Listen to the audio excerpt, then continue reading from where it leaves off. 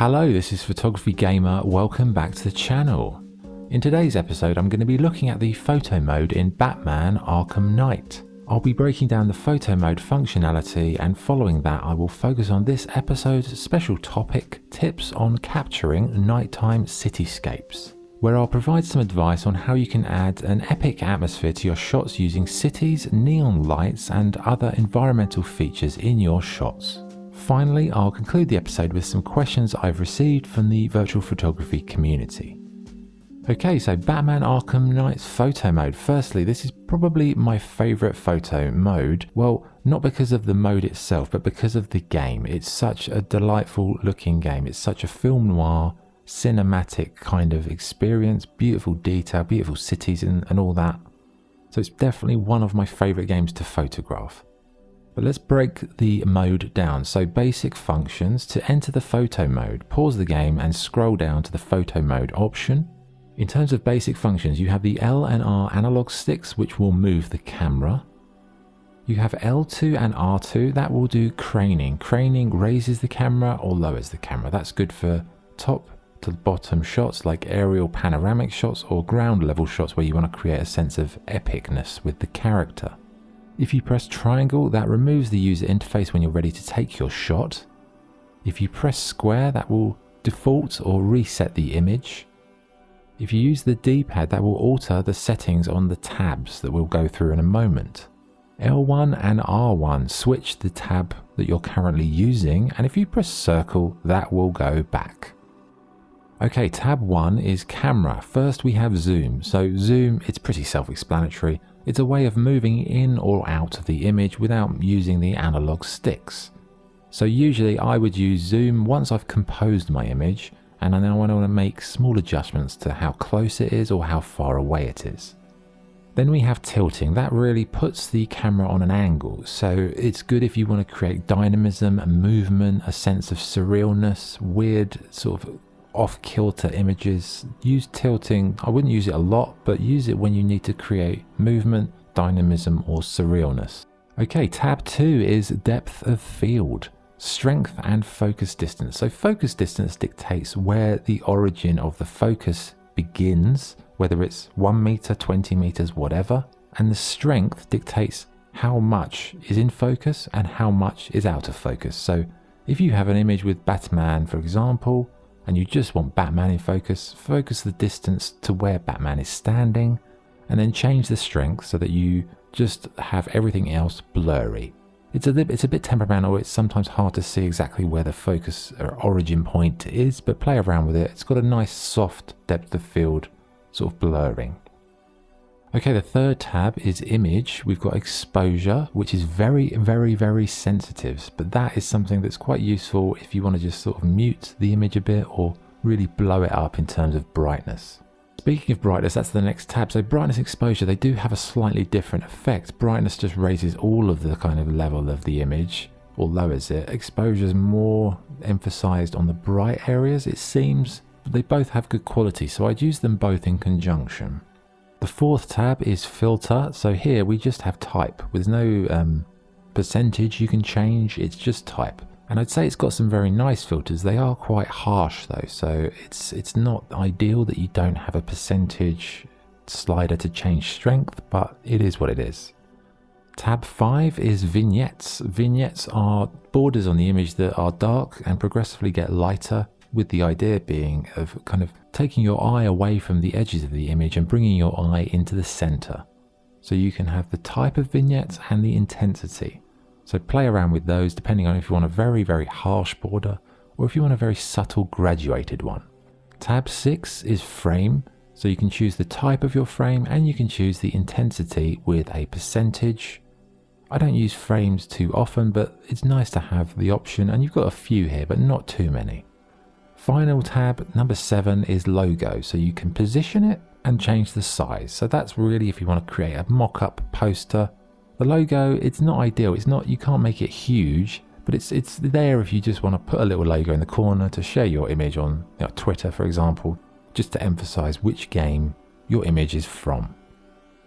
Okay, so that's the photo mode in Batman Arkham Knight. What's good about it? Well, I'd say Exposure and brightness are pretty nicely handled. It's pretty simple, minimal, but really the game's visuals save the photo mode because the close-ups do have some camera issues. It's very limited in terms of settings, and there's a real lack of sliders for intensity on a number of things, which seems a bit of an oversight. So I'd say it's a good photo mode. You know, it's probably my favorite game to photograph, not because it's a good mode, but because it's a beautiful game. So overall, I give it 7.9 out of 10 for the photo mode. In a way, the minimalist settings kind of make photos quick because you don't have a lot of stuff to play with, but it would have been nice if they'd have made it a bit more comprehensive because it's such a stunning game to look at. You do feel sometimes a bit shortchanged by the functionality. Okay, so we're going to move on now to the special topic, tips for capturing nighttime cityscapes. Okay, so cityscapes, what are they? Well, they're basically landscapes but taken in an urban environment, hence the name cityscape. Cityscapes, there's something I've done quite a lot of in my career in terms of travels, like in Hong Kong, Tokyo, Seoul, and they do require a different mindset to traditional landscapes as you've got a lot more details to work with, and it can be a bit overwhelming at first. Firstly, one tip I'd recommend is using a high location to take your shot, as you can get a nice uncluttered view of the city lights, for example. You can do street level cityscapes, but you're going to have a lot more bric-a-brac to deal with, and the high level shots are easier to compose with a lot less clutter. Also, nighttime is great for this as you get the city lights adding a real wow factor to the image, and if you use aperture to blur that out, you can really add a dreamy effect to your shot. Cities have got lots of colours at night too, and Batman is the perfect game for this, which I'm demonstrating with some examples on the screen right now. So a cityscape, it doesn't just have to be the city. I like using cities to frame a person for a portrait, and in the case of Batman, it's ideal. It gives a sense of scale to the adventure. It shows the character as being this overseer of the city, observing from above, watching out for villains and criminals. I'd say vignettes are also good to use as you can darken out some of the peripheral elements and emphasize the central part of the shot. Try to use the neon lights to add color. Look at what sort of architecture there is, what lighting there is, moonlight for example, anything, it can all add to it and make Batman stand out. Do you want him looking at you? Do you want him looking to the side or a back shot? Each of these, along with a vast city in the background, can really add so much depth and atmosphere to your shots. But in the end, a cityscape, it's all about scale, adding a sense of epicness to your image. Huge buildings, architecture, neon lights, the hustle and bustle of a metropolis. Yeah, Arkham Knight is one of the best games for cityscapes, and using the city to accentuate your shot of Batman or other characters in the game is really the key. So give it a whirl and see what you can create. There's no right or wrong way of doing it. Just think about all of those things I just said. Use them to your advantage.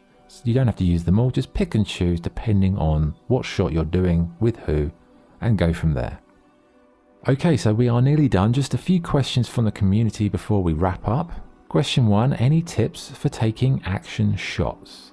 Well, action shots are hit and miss because you can't predict what's going to happen in terms of how the visuals are going to look during a combat scene, and it's also the timing of it.